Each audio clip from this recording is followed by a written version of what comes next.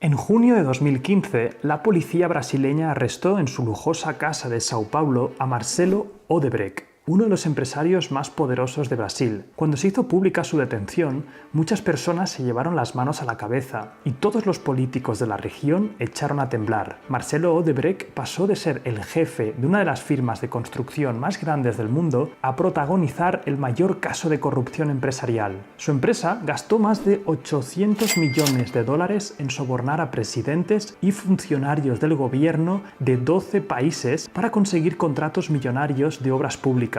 Y la lista de proyectos es interminable: líneas de metro en Venezuela, un puerto de 1.000 millones de dólares en Cuba, tranvías en Colombia o la sede de los Juegos Olímpicos de Río de Janeiro. El caso Odebrecht ha pasado a la historia como uno de los mayores escándalos de corrupción de los últimos años. Pero la gran pregunta es, ¿qué pasó con esta empresa después de su escándalo? En este vídeo vamos a analizar su historia, las cosas buenas que tenía la empresa, porque no solamente creció a base de corrupción y de todo lo malo que hizo, y luego veremos por último su decaída y todo el escándalo final que tuvo. Así que quédate en este apasionante caso, porque la historia tiene unos altibajos increíbles. Así que vamos allá.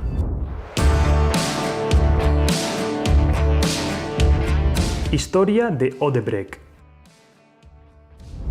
Marcelo Odebrecht fue el heredero de un gran imperio creado en 1944 por su abuelo Norberto Odebrecht, un inmigrante alemán y joven ingeniero. Su abuelo decidió crear una empresa de construcción basándose en la calidad e innovación, y pronto se ganó la fama de ser más eficiente que sus competidores, logrando levantar edificios en menos tiempo con los mismos recursos. Unos años más tarde, en 1953, Odebrecht realizó la primera obra pública para Petrobras, la famosa petrolera estatal de Brasil. Y atención, porque colaborar con esta empresa fue lo que hizo estallar el caso Odebrecht en 2015, cuando el gobierno de Brasil investigó a Petrobras por corrupción y descubrió que Odebrecht también estaba implicada. Pero no nos adelantemos, ya lo veremos más tarde.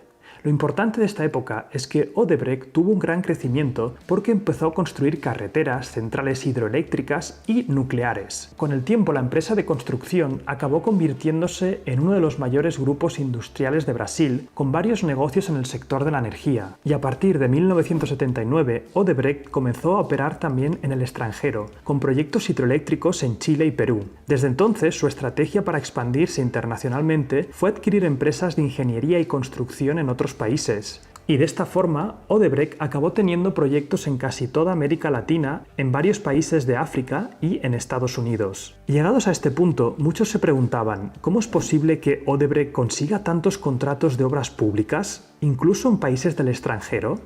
La respuesta seguramente te la puedes imaginar, pero lo veremos también más tarde. En 2001, Odebrecht ya se había convertido en la mayor constructora de la región y una de las mayores del mundo. Mientras tanto, Marcelo Odebrecht, el nieto del fundador, estudiaba ingeniería civil y se especializó en la Escuela de Negocios de Lausanne, en Suiza. En 2008, Marcelo tomó las riendas de la multinacional brasileña y vivió la época dorada de Brasil. Expansión económica de Brasil. Brasil se convirtió en la estrella de los países emergentes gracias al petróleo. Esto fue muy importante porque gracias a la expansión económica del país, el gobierno quería crear puestos de trabajo a toda costa y comenzó a organizar grandes eventos, como el Campeonato Mundial de Fútbol en 2014 y los Juegos Olímpicos de Río de Janeiro en 2016. Y como te imaginarás, Odebrecht fue la empresa encargada de construir todo tipo de infraestructuras y edificios. Además, a toda la expansión de Brasil hay que sumar los más de 20 países en los que Odebrecht tenía proyectos. En definitiva, el crecimiento de estos años fue exponencial. Realmente la empresa estaba a tope. Sin embargo, en 2015 todo ese crecimiento se vino abajo de un día para otro, cuando salió a la luz la mayor investigación por corrupción en Brasil. Esta se llamaba Lava Jato, o lo que sería lo mismo en español, lavacoches. Esta investigación acabó salpicando a muchas empresas y entre ellas estaba nuestra famosa Odebrecht. Analizando el caso de corrupción. Al parecer descubrieron que Odebrecht sobornaba políticos para asegurarse millonarios contratos en Petrobras y otras empresas estatales. La mayoría de las acusaciones estaban vinculadas a su unidad de construcción, que era responsable del 43,7% de sus ingresos. La empresa entregaba millones de dólares o directamente hacía donaciones electorales a partidos políticos, funcionarios públicos y personas relacionadas con el gobierno, a cambio de leyes y regulaciones favorables para la compañía. Es decir, quería tener una ventaja competitiva frente a sus competidores. Y esto es normal, todas las empresas quieren una ventaja competitiva frente a los demás participantes del mercado, pero el problema está cuando haces cosas ilegales para conseguirla. Odebrecht básicamente entraba en concursos para una nueva obra junto a otras empresas de construcción, entonces ofrecía un presupuesto y unas condiciones supuestamente muy competitivas, y cuando el proyecto era adjudicado para Odebrecht, los costes del proyecto se disparaban por arte de magia. Estamos hablando de que podía dispararse hasta 3 o 4 veces más del coste que habían previsto en un primer momento. O sea, imagínate la locura. Odebrecht presentaba un proyecto con un presupuesto, ganaba ese concurso para quedarse con el proyecto porque había puesto unos costes ridículamente bajos, muy competitivos, dejando al resto de competidores fuera, y cuando conseguía el contrato, después aumentaba los costes a saco. Claro, los competidores se quedaban alucinados, ¿no? Porque luego veían lo que costaba todo eso. Yo no sé cómo no se imaginaban que tarde o temprano esto acabaría sonando. En algunos países como Alemania esto directamente no se puede hacer, porque si los costes suben una vez que has empezado la obra, son las constructoras quienes tienen que afrontar el coste extra. Y te preguntarás, ¿cómo es posible que no les pillaran en todos estos años? Odebrecht había creado sociedades anónimas ficticias en lugares como Belice, las Islas Vírgenes y Brasil. Incluso acabó creando específicamente un departamento de sobornos llamado Sector de Relaciones Estratégicas. Como puedes comprobar, lo tenían muy bien planificado todo. Cuando se destapó toda esta trama, Marcelo Odebrecht fue acusado por delitos de corrupción y lavado de dinero en los contratos de Petrobras. Al principio, Marcelo se negó a delatar a los políticos implicados. Sin embargo, la situación no pintaba nada bien. La policía había encontrado una carpeta en la que figuraban nombres y apodos de los políticos que habían sido sobornados sistemáticamente. Así que acabó sucediendo lo que muchos temían. Tanto Marcelo como otros 77 altos cargos de la empresa delataron a varios implicados para rebajar su condena. A esto se le llamó públicamente la confesión del fin del mundo. Y no es para menos, porque acabó siendo un escándalo internacional en el que estaban implicados decenas de políticos y empresarios en más de 12 países. Y como te imaginarás, la peor parte se la llevó Brasil, porque fue el epicentro de toda esta trama y estuvieron implicados 3 expresidentes, 8 ministros y 1/3 de los senadores de Brasil. Por todo este escándalo, la constructora tuvo que pagar la mayor multa impuesta a una compañía acusada de corrupción, 3.500 millones de dólares. Ahora bien, ¿qué ha ocurrido finalmente con Odebrecht?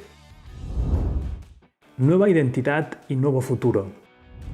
Para sorpresa de muchos, la empresa sigue existiendo. Eso sí, ha tenido un lavado de imagen radical y está pasando por varios apuros económicos. Primero cambió su nombre para adaptar las siglas OEC y una nueva identidad visual. Además, ha cambiado a los miembros de alta dirección y ha incorporado un consejo independiente, es decir, sin vinculación con la empresa. Sin embargo, no ha sido suficiente para remontar. La empresa ha tenido dificultades para obtener contratos debido a su mala reputación y a la crisis económica de Brasil, donde se ubica el 56% de los proyectos de la empresa. En 2019, Odebrecht se declaró en bancarrota en Brasil y tuvo que solicitar el mayor concurso de acreedores de la historia del país, con una deuda de casi 24.000 millones de dólares. Una vez más, cambió su nombre a Grupo Novonor en 2020 y está tratando de reposicionarse en el mercado tras el escándalo. Con todo ello, ha conseguido unos ingresos de 586 millones de dólares en 2020, gracias a las 6 empresas del grupo que cuentan con cerca de 25.000 empleados en las áreas de construcción, energía, transporte y saneamiento. Sin embargo, todavía están dudas si podrá recuperarse. En cualquier caso, Odebrecht pasará a la historia como la empresa de construcción que revolucionó la industria con más de 2.600 obras de gran envergadura por todo el mundo, para acabar liderando el escándalo de corrupción más grande de toda Latinoamérica. Y ahora, como siempre, vamos a repasar las lecciones principales de este caso. Y antes de empezar con las negativas, empecemos con la primera. Esta empresa no llegó donde llegó simplemente haciendo corrupción y sobornando políticos. Al principio, su ventaja competitiva, como hemos hablado en el caso, tenía que ver con la eficiencia en la construcción de edificios. Esa era su ventaja competitiva y yo creo que si hubieran centrado todos sus esfuerzos ahí, realmente no les hubiera hecho falta sobornar a tanta gente. Quizá no hubieran crecido tan rápido, quizá no hubieran tenido tantísimas obras en tantos sitios, pero por lo menos hubiera sido una empresa que seguiría creciendo y un crecimiento constante. Entiende cuál es tu ventaja competitiva y mete toda la carne en el asador ahí. Todo lo que es diversificar y máxima avaricia te va a acabar causando problemas. Otra de las cosas que hizo bien Odebrecht antes de este gran escándalo fue un crecimiento inorgánico muy bien hecho. La diferencia entre el crecimiento orgánico e inorgánico es muy simple. El orgánico es la empresa que va creciendo con sus propios recursos y el inorgánico es cuando vas comprando otras empresas para poder así crecer también. Esto lo vemos, por ejemplo, con Facebook. Facebook ha crecido mucho su empresa normal y corriente, pero compró Instagram para tener un crecimiento inorgánico. En el caso de Odebrecht también iban comprando diferentes empresas constructoras y de ingeniería en diferentes países, también aplicándose know-how a su empresa matriz. Eso es una forma interesante de crecer y para mí ahí lo hizo bien. Ahora bien, vamos a por la tercera lección, que es la avaricia rompe el saco. Para mí el capitalismo, el emprendimiento, el mundo de los negocios es un juego en el que hay unas reglas establecidas. Tú puedes jugar dentro de ese marco de reglas y ser lo ambicioso que quieras dentro de ese marco. Es hasta interesante que seas ambicioso con tu empresa y que quieras ponerte retos mucho más grandes, porque la única forma de llegar hasta ahí haciendo las cosas bien es creando mejores productos y servicios, innovando en tu marketing, innovando en tu organización, innovando en lo que sea, haciendo las cosas mejor. Pero de esta forma, si tu ambición y avaricia la llevas por este lado, que básicamente saltarte esas normas del juego, tarde o temprano te van a pillar. Y ahora me gustaría saber tu opinión. ¿Tú qué opinas de este caso? Me encantaría leeros en los comentarios, saber qué pensáis, si tenéis incluso más información porque lo habéis vivido más de cerca en vuestros países. Sería genial que comentaseis aquí abajo. Y ya sabéis que para seguir formándoos tenéis nuestra página web emprendeaprendiendo.com. A veces ahí estamos lanzando ofertas para diferentes formaciones, así que si te interesa puedes verlo en el primer comentario y en las tarjetas. Y te recomiendo desde aquí los audios de Mentalidad de Emprendedor, que también te van a ayudar muchísimo, que también te lo dejaré en el primer comentario. Que vaya genial, si eres nuevo en el canal suscríbete y nos vemos en el siguiente. ¡Chao!